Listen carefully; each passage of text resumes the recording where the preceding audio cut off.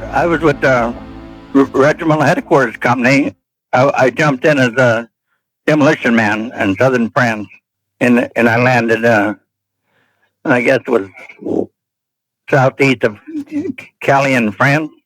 It was about 4 o'clock in the morning, and it was a dark night. Couldn't see nothing out the windows of the plane, and just a little bit of flak was coming up from the beach as we passed over the beach area. And then the pilot got a little bit worried and made a big turn. And then he turned the light on, and the green light came on, and we all bailed out. There was about 15 in my stick, and I didn't meet up with anybody in my stick after we landed. And I landed in a canal. There's a called Adductor's Canal, and the water was up to my waist. Scared the hell out of me because I don't know how deep it was. I loaded down with all my equipment, including carrying 40 pounds of composition C. We had pillboxes there. That was our objective, to blow up some pillboxes. And as soon as I hit the water, I got scared, and I got over to the edge of the canal and climbed out because it was only up to my waist, still above me. Everything all wet and cold. 4 o'clock in the morning. I heard some firing going on down in the crossroad, a block away from where I landed. I heard the firing, so I headed toward the firing. And I got up to the roadway there and saw one of my buddies laying in the middle of the road. Yeah, he had his back kind of split open where a ricochet tore off all the meat off his back, and his kind of his lung was kind of exposed because he was, trying hard to breathe, and we put a compress on him, and I had to take off and let the medics take care of him. And I joined in the fighting, and down by the bus, there was a bus and truck there at the crossroad, and we start shooting at the Germans and killed most of them. A few of the rest of them surrendered, and then I departed that little group and joined another group, and up near a big chateau. And I stayed there with some wounded people got hurt on the jump. And from there, I kind of operated as like a guerrilla. And we were going down there raiding the German vehicles that were going back and forth on the highway. We'd catch an isolated one because we didn't have many people there.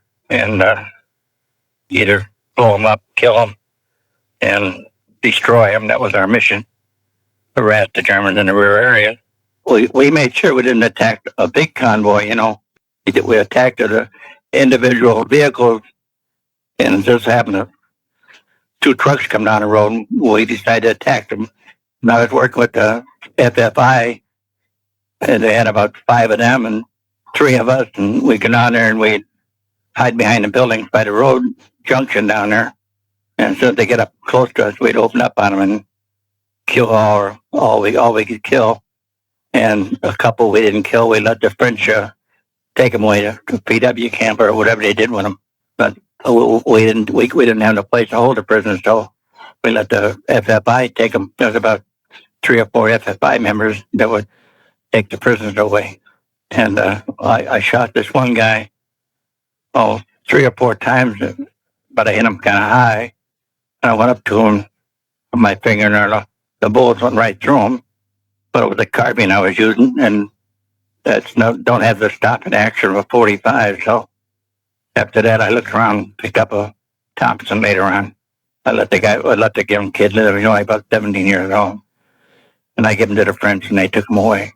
It was a folding stock 30 caliber carbine.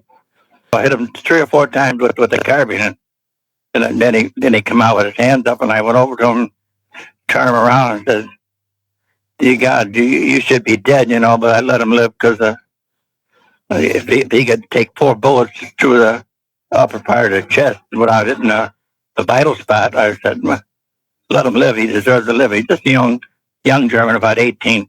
So I gave him to the French and said, "Here, patch him up." I didn't kill him, so I let him go. Let the French FFI have him.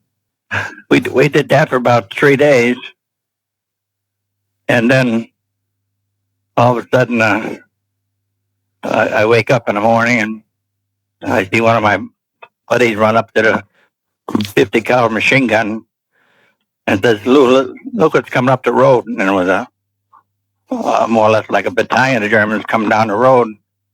And I told the guys, just don't shoot, don't fire. But he wasn't listening to me, and he opened up.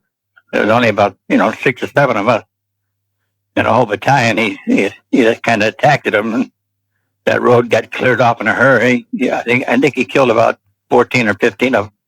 So I says, okay, let's evacuate everybody and move them towards the town of Callian. And we had a lot of walking wounded, broken ankles and sprained knees and stuff from the jump. None of them were hurt, fighting the Germans. They all got injured from the jump. So I ordered everybody to evacuate, and everybody started heading towards town of Callian. And I stayed behind there and held a rear guard action. And everybody got away but me. Then I'm shooting down at the Germans here. I killed maybe 4 or 5 coming up the side of the hill to the big wall we were hiding behind there. Like was one of them erosion walls, and I was firing at them. All of a sudden, a mortar goes off and slams me against the wall and puts a big hole in my right thigh. And that kind of scared me there because the blood was squirting all over my hit an artery, So I put a tourniquet on real fast and put my hand up, surrender. And they kept shooting at me. So I said, I got to get inside the chateau. Because if I didn't get inside the chateau, they would have probably killed me outside, for killing Germans there. So I crawled over the wall, rode down the hill to the chateau. And the last thing I remember was knocking on the door. And then I passed out from loss of blood. Woke up and Germans all around me. I'm laying on the cellar of the chateau. And they're interrogating me. And I just kept saying, Nix, There was the people in the house, fed me a bowl of soup every day. They're very good, very nice people. And that was the extent of my little escapade there in southern France. So the Germans helped me for 3 or 4 days, and then they finally decided to leave the area because the Americans were moving up real fast and surrounded the chateau. And then I got evacuated down to the beach, and they operated on my leg right away because the Germans, they wanted to cut it off. And I said, Nix. So I got evacuated all the way back to Italy. And when you were being held by the Germans, did they ever mistreat you, or did the... the German major, he kicked me in the face because I lied to him.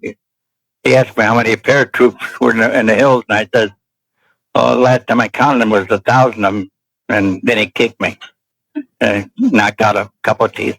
And as soon as they all got captured by the Americans, I made them bring all the prisoners and parade them in front of me because I was looking for that major.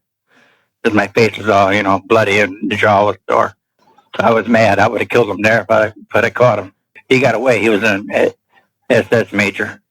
Before I got wounded, I killed these 3 coming up the hill. And, before that, I killed a few down on the road by the convoy. We were knocking off trucks here and there. And the whole action, maybe I killed about 17 altogether. And the funny part of this whole southern France was after I stood over Miller, it was laying on a road with his, back exposed from the ricochet bullet tore off all the skin there, and I could see air coming out of his back. And the funny part of that whole thing was I stood over him and said, no, I don't think you're gonna make it. And the funny experience was when I got evacuated off the beaches and shipped back to Italy, the hospital, I'm in the same ward with Miller. And Miller's remark to me was, he said, Holzworth, I heard you saying that I wasn't going to make it, and here I am. And I was more than happy to see him again because he got evacuated right back to the States. Looked like somebody took a meat cleaver and cut open his back because, the air was coming out of his back. That's how bad he was. But he survived, and I was glad of that. I never saw him again after that, outside of being in the same hospital ward with him in Italy. And I spent a couple months in the hospital there. Then I rejoined him back in back in southern France. And about that time, we decided to head up to France. The whole regiment got pulled off the line. We headed for France. To northern France, yeah. Yeah. And then the Bulge happened. Then I switched over from demolition to intelligence. Yeah. And then I got, wounded twice more in the Bulge. And intelligence was, regimental had an intelligence and reconnaissance platoon. And we were broken down in the squads. And during any operation, some of us would go to adjoining battalion. My mission was with the 551st Parachute Infantry Regiment during the Battle of Bulge. I was one of the recon people, and our job was to go out on the patrols, advanced patrols, and find out where the enemy was at. And that outfit I was with kind of got wiped out during the Bulge. There's only about 200 or 300 left of the regiment when it finally got deactivated. Okay. And I got wounded again in January 45 with the 551st. And we were, maybe a couple hundred yards behind the German lines, looking for German positions. And when the patrol leader stepped on a mine, it killed the man behind him and blew my boots off and got me in both feet. And the patrol leader got hit in the jugular vein. Blood was squirting. I kept him alive all night and sent one guy back for help.